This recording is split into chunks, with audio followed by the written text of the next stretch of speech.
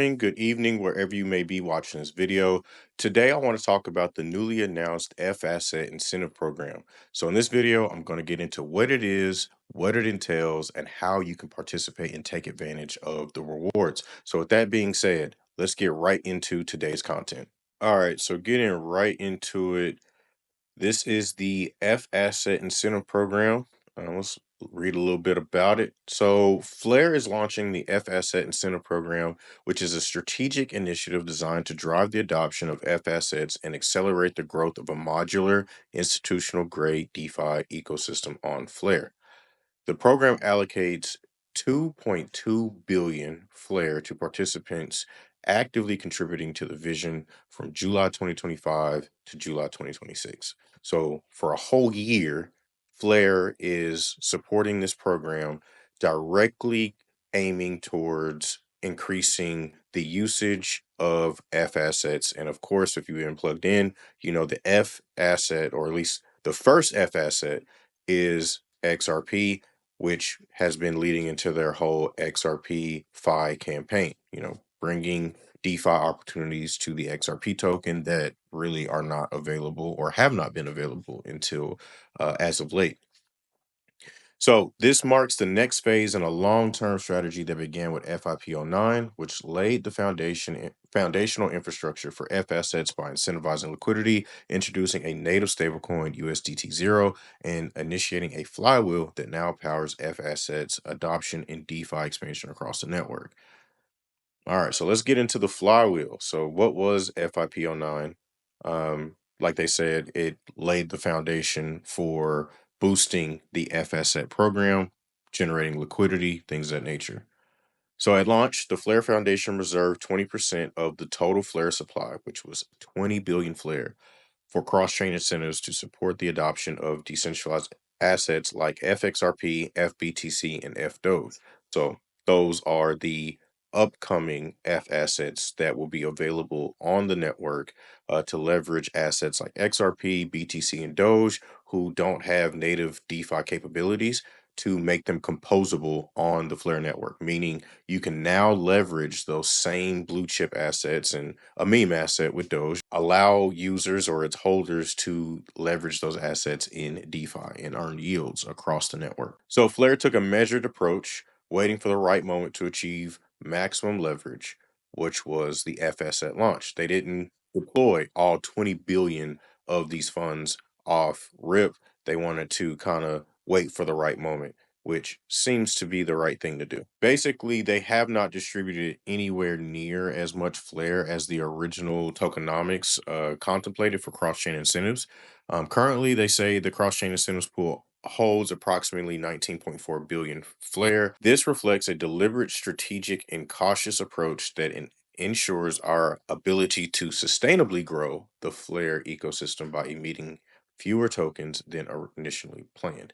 So the approval of FIP09, which occurred sometime last year in 2024, marked the beginning of this strategy. It allocated 510 million Flare distributed in the form of R Flare or reward Flare to bootstrap essential DeFi infrastructure, including DEX liquidity, stablecoin routes, and of course, lending collateral. Those core components helped ignite the DeFi flywheel that now sustains and scales FSAT adoption. So before you can really expect the growth of a innovative product like FSets, starting with XRP or FXRP, you need to have the liquidity there. You need to have the volume and the interest there in your other DeFi protocols, which just allows for metrics to be analyzed, saying you have interest. There's interest there. There's growing interest, not just from a retail perspective, but also from a builder's perspective. The more dApps that go live on the network, this helps drive the volume on the network. So users deploying their assets, using their assets to earn a yield. And the more users that deploy their assets and earn a yield, the more liquidity spikes, the more that interest developers. So it's literally a constant wheel, like one thing begets the other and so on and so forth. All right, so since then, Flare has experienced nearly 14 times growth in total value locked, or TVL, increasing from just $9.95 million to $150 million today, a clear sign of growing demand for yield and composable assets in the ecosystem. So, yeah, I mean, before the announcement of USDT zero, TVL was kind of low compared to other chains. Like if you compared Flare's TVL to other kind of growing chains, it was definitely on the lower side. And then the minute the partnership or the announcement to support USDT zero, along with Kraken being a reliable on and off ramp for that stablecoin, I mean, clearly the TVL skyrocketed, right? So that's a good sign of interest in the ecosystem from a DeFi perspective. It's definitely going to attract more liquidity and more builders, more institutions, so on and so forth. So, there are focus areas in particular for this FAsset incentive program. Of course, you got DEXs, so the liquidity incentives for key token pairs that deepen markets for USDT zero, FXRP, and other FAssets. Then you have lending, support for protocols enabling borrowing and lending of Flare native and cross chain assets. Then you have CDP, which stands for collateral debt position, future support for over collateralized stablecoin and credit systems that leverage F assets. So that's definitely new. Nothing like this exists on a Flare network today. So that lets me know that there's upcoming protocols that will play in this area of the financial space. So that's definitely exciting, and a little bit of alpha mixed in there. Next, you have yield derivatives. Again, something that's not currently available on the Flare network. Definitely expect something to come of this, a future DApp, if you will. So it'll be exciting to see that. But what that exactly is, so yield derivatives, emerging protocols enabling yield trading, fixed income, and risk management strategies. The thing that just hops out to me is fixed income and risk management strategies. It'll be exciting to understand what that is, but we'll have to see. All right, so moving on. Rewards will be allocated dynamically across these categories to maximize impact on F asset usage, TVL growth, and liquidity health. I mean, they're basically just saying they're going to continue to approach this strategically, going to be really strategic with how they deploy this 20 billion flare through the incentives instead of just, full porting all at once. So, with foundational liquidity now in place, Flare is incubating the next generation of DeFi primitives. These protocol categories are designed to support more sophisticated strategies, enable institutions to compose complex, capital efficient positions directly on Flare. To accelerate this effort, Flare's DeFi team is actively recruiting top tier builders and leveraging the incentive program to attract and support the most impactful projects. So, not only is this program attractive for Flare holders and people who want to leverage their assets? If you hold Flare, if you hold XRP or other cross chain assets that are already supported on the network, they are also aiming to attract some of the best builders in the space to build those new age DeFi primitives. I have a couple of ideas already, but I've shared that before, but won't get into that now. All of this is exciting. All right, so getting into the distribution model, the 2.2 billion flare allocated for F asset incentive program will be distributed via the RNet contract, which is just the technical contract or smart contract used to deploy R flare or reward flare tokens to maintain compatibility with current existing infrastructure. The committee and all existing reward tracking infrastructure will remain the same. So for the most part, no changes. If you've already been participating in the Flare Fair, where you're providing liquidity on SparkDex or Enosis or even BlazeSwap. If you've been lending out assets on Kinetic, if you've been looping your assets on Cyclofinance or any of the other participating dApps within that program, nothing will really change. You've been earning R Flare over the last couple of months. You know the claim process. You know the cadence in which you can claim R Flare. Again, for those that don't know, it's once every 30 days for our Flare rewards. So the 2.2 billion Flare allocated is the maximum available for the incentive program, with the actual distributed amount being flexible and dependent on participation. Incentives will be directed towards protocols, assets, and pools with the greatest impact on TVL growth, liquidity depth, and FAsset adoption. This ensures that incentives go where they will have the greatest impact on the ecosystem growth. If full allocation is not used, any unused flare remaining will be available for future community initiatives. The new structure allows for faster, more flexible decision making tailored to the real time conditions across the ecosystem. Below, we have outlined what we estimate the emissions spent on a monthly basis will per category would be. All right, so looking at this chart, it looks like they intend to deploy 1.4 billion flare to dexes by the end of the 12-month period. Another 726 million in lending, about 10 million towards CDP, and another 29 million towards yield derivatives. So all that equals out to about 2.2 billion. Again, this F asset incentive program starts in July 2025. So we're currently in July and will end July 2026. So in a 12-month period, they intend to deploy all 2.2 billion allocated flare, and this is how they expect it to be broken down. Looks like DEX liquidity is where most of the rewards will be, or most of the flare will be deployed. So if you're providing liquidity to the targeted pairs, like they mentioned, then obviously that's where you'll get most of that R flare reward potential. Lending, they have a nice chunk. They're the second biggest with 726 million, give or take.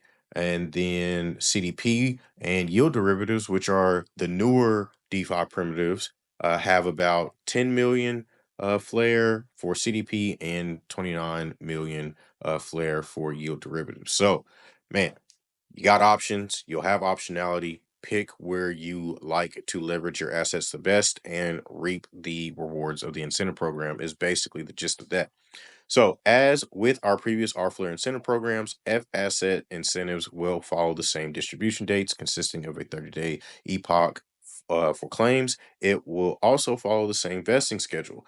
After the end of an epoch, each DApp needs to distribute the incentives, which can take up to 48 hours. So, yeah, each DApp that you participate, whether it's a DEX, whether it's a lending protocol, or any other DApp that participates in the incentive program, they'll have to do the claiming and distribution of of the rewards. So it can take about up to 2 days, but from my experience, it's usually within that first day that they're available for the most part. But sometimes it can bleed over into that second day. But it's still within those 2 days. I've never really had to wait much longer than that.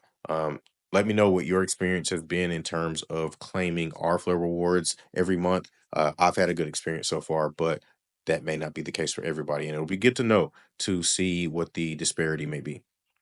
All right, and this is the R Flare emissions epoch schedule. So again, starting in July of 2025, you expect that first round of rewards to be distributed July 31st, and then every 30 days after. So August 30th, September 29th, October 29th, November 28th, December 28th, January 27th, the 26th of February, March 28th, April 27th, May 27th, June 26th, and ending on July 26th, 2026. So again, you got a year to take advantage. And if you do it right, it could be a very lucrative year. So don't sleep on the incentives program. All right, moving on. Although FAssets incentive program is focused on catalyzing DeFi, it is part of a broader strategy to reward active participation across the Flare ecosystem. Following the success of Flare drops, which was voted on in FIP01, Flare is working to develop simplified and transparent yield mechanisms for Flare holders, especially those who wrap into Wrap Flare or WFLR and support network activity. A key priority is ensuring ensuring Flare is properly recognized in on-chain TVL metrics across analytic platforms. This will allow Flare holders to see and measure their impact, improve visibility of ecosystem participation, and support deeper insights into Flare's economic activity. So, yeah, I mean, if you look across besides the direct partnerships with Flare, so like Dune Analytics and several other analytic platforms like Macari, you really don't see Flare as a chain or any solid metrics for the network. So I'm thinking like CoinMarketCap, CoinGecko, Gecko Terminal, several other analytic platforms, are just platforms that DeFi participants look at to scope out opportunities, whether it's in a chain that they already know or looking for new opportunities in other chains. So having those analytics available across all those different platforms, and again, those are just examples, but having more analytics available, getting more eyes on the network growth can lead to participation. So the more participation we have within the Flare network, the more our TVL increases, the more our DAppC usage and volume and things of that nature. It's like I said, flywheel. One thing begets another. So it'll be interesting to see how Flare grows with this FAsset incentive program, especially starting with XRP or FXRP as the first FAsset to come on to the network. There's several other DeFi related activities being geared towards XRP and the whole XRP Fi campaign. You have XRP restaking built by Firelight Fi and several other dApps that are being teased to come online shortly after the launch of FAssets and FXRP. So exciting times, man. I hope you enjoyed today's video. That's really it. I wanted to go through the FSet incentive program.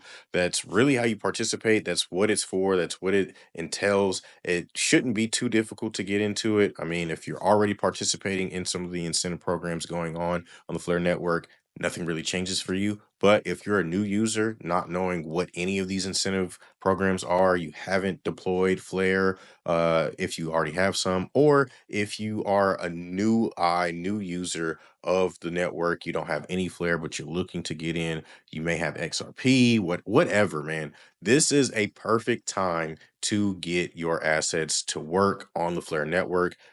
It already supports ETH, it already supports several other tokens on the network. You have healthy stablecoin liquidity being deployed on the network, participating in different dApps. So now is the time to participate in the network if you haven't already. So with that being said, let me know how you like the video in the comments below. Be sure to like, share, and subscribe.